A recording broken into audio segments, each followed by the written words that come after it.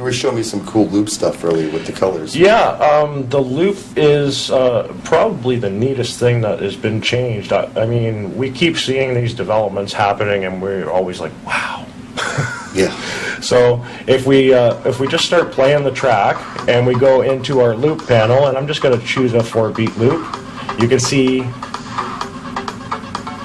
that it highlights the track. All right. It's color-coded. It color codes it, yeah. We've gotten rid of the markers. It's kind of just a faint background to let you know that you're in a loop. Now, we're going to start the track on the next deck, and you'll notice it started on beat. This is part of the smart queuing and beat lock feature. Watch, I'm going to click on the center of the track, and it still stays in beat. I'm going to let the loop go. I'll loop it here. Not a great loop, but you get the idea. And I'm going to click on the left deck, the blue deck. Stays in beat every time. You can click anywhere on the track. Doesn't matter where, it's always going to stay in beat. It's always going to stay in beat. It's going to snap to the beat, or will it actually snap to the count, like the time count, like 1, 2, 3, 4?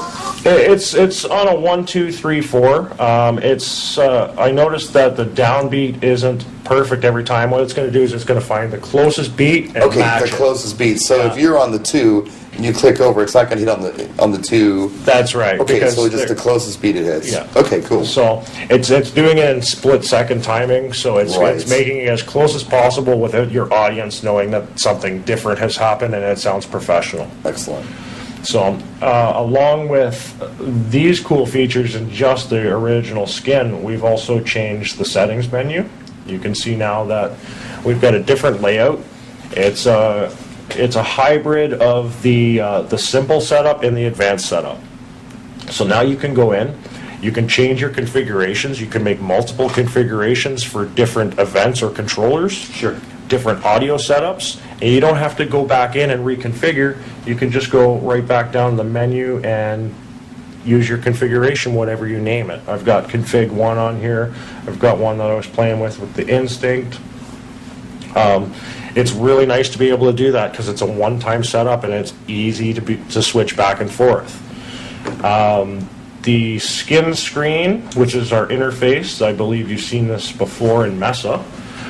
We now have an option to be able to just preview the screens by hovering over them.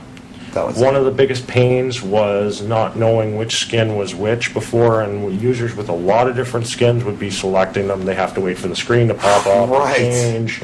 So now it's made it so it's basically you get what you're looking at. You can just scroll over them.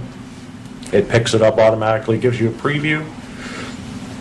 Right on. And you can go back into whatever one that you choose. The controller section, still a work in progress. We're going to have an autofill option. So scripting's not going to be so hard. You're going to be able to script it. It'll autofill. And you'll have your mapping instead of going, oh, what's the script for this? Because the hardest thing is you knew the script or you made a mistake in a character, you put a period in or a space or a dash in the wrong spot, and the script didn't work at all because the code wasn't right. Now we're going to have a smart feature in there to help you out. Cool. In our options menu, it's changed. We have the basic simple options, and then we can click on a show advanced options. And basically it goes through an endless list. So what we've done is we've put in a search feature. Nice. So now I can type in something like EQ, and it gives me everything that's related to EQ. Oh, nice. So now that we're in the EQ, we can go back to actually the audio engine that I was talking about. The frequencies are now completely controllable. Right on. In version 7, you would notice that, you'd turn your bass down, and all of a sudden it's almost like you had a bass kill. Right. Now you can change your frequencies. So this is going to be, obviously, for an advanced user with some audio knowledge. Sure. But it's nice to be able to do that. You can actually match it with the manufacturer's specs on the controller. So if you had a controller that had an internal mixer on it and it sounded better than the audio engine that we had in version 7, you can now match that. Okay. Right on. Everything is pretty much staying here for the login for NetSearch. That hasn't really changed, but the broadcasting section has. We're now going to give you the ability to broadcast right from virtualdj.com. You'll basically you'll start broadcasting. The link will go to your profile page on Virtual DJ. You give your friends the link. Wow. There's going to be no more shoutcast, no more icecast. Times to configure it, it's going to be configured automatically. Nice. This will also give you a podcast option where you can broadcast and record at the same time. Oh, neat. So, and that's something that we haven't had before. It was either one or the other, broadcast or record, and people had to figure out workarounds. In the record section, we used to have record audio and record video. Now they're integrated as one. You can just choose your codec, what you're using, MP4, MP3, OGG. This is still a work in progress as well, but it's going to give the users a lot of ease of access and simplify it instead of trying to figure out, oh, what's the codec that I got to use. Video recording, it was probably the toughest thing to do because every computer was different. Right. Back to the options menu, when we were talking about the EQ, a lot of our users remember something called the registry tool that was used for tweaking out the registry to work with certain machines. We've now integrated it into the options, so there's no additional plugin that they have to download, close the program, test the options, then go back into the program. It's all done on the fly now. You can actually do it in the options menu. Brings us kind of to our next point, which is, I think, The big one. the big one that everybody wants, and Wait till the end. this is our timeline feature. Timeline is still a work in progress. We are trying to implement as much as possible, but we will have the ability to run up to 99 decks. So theoretically, you could produce and cut a mix and then play it from the beginning for an entire night if you wanted to. You could do it on the fly. Well, we'll show you here we'll zoom in. These gray and black bars that you see in the background are key. That's your 1, 2, 3, 4. Mm-hmm. So you can just match them up. Oh, is that beautiful? Then other things that I really enjoyed about it is the ability to create intros and outros for radio edits or the songs that you can't get an intro or outro for. The fade and pitch, this is for both audio and video, by the way. We're showing audio today. So cool. But the one thing I really liked was being able to zoom in.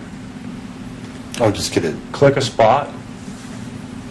Say you get a breakdown that's kind of drags it out and kills the energy of your room. You don't want that yet. You can just come in here, delete it. Oh, look at that. And then mash it back together. Because it already knows what's going on. It's read it for you. How neat. And it doesn't edit the actual file itself. It just does it in the software. Sure. So a lot of people were worried that if we were going to cut and paste something, that it would alter the original file. It does not do that. Right.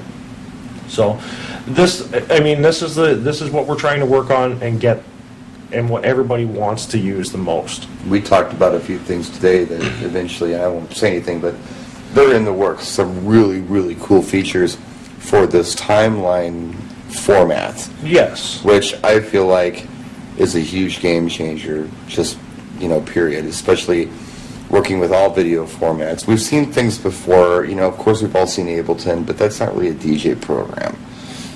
We've seen things way back in the past that are just dated, but yeah, this is progressive. This is so incredibly progressive. Now, Jason Derulo and David Guetta up here in the top corners, this is going to be your cover viewer, but it's not finished yet, and that's they're just samples to show you Right. What they are. Everything is, we still got video. Video tab's still there. We have a scratch panel where you can actually zoom in on the scratches as well.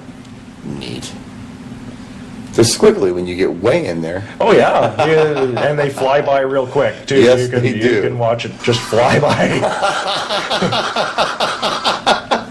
It's beautiful. So the scroll wheel on your mouse is going to be key in this. Excellent.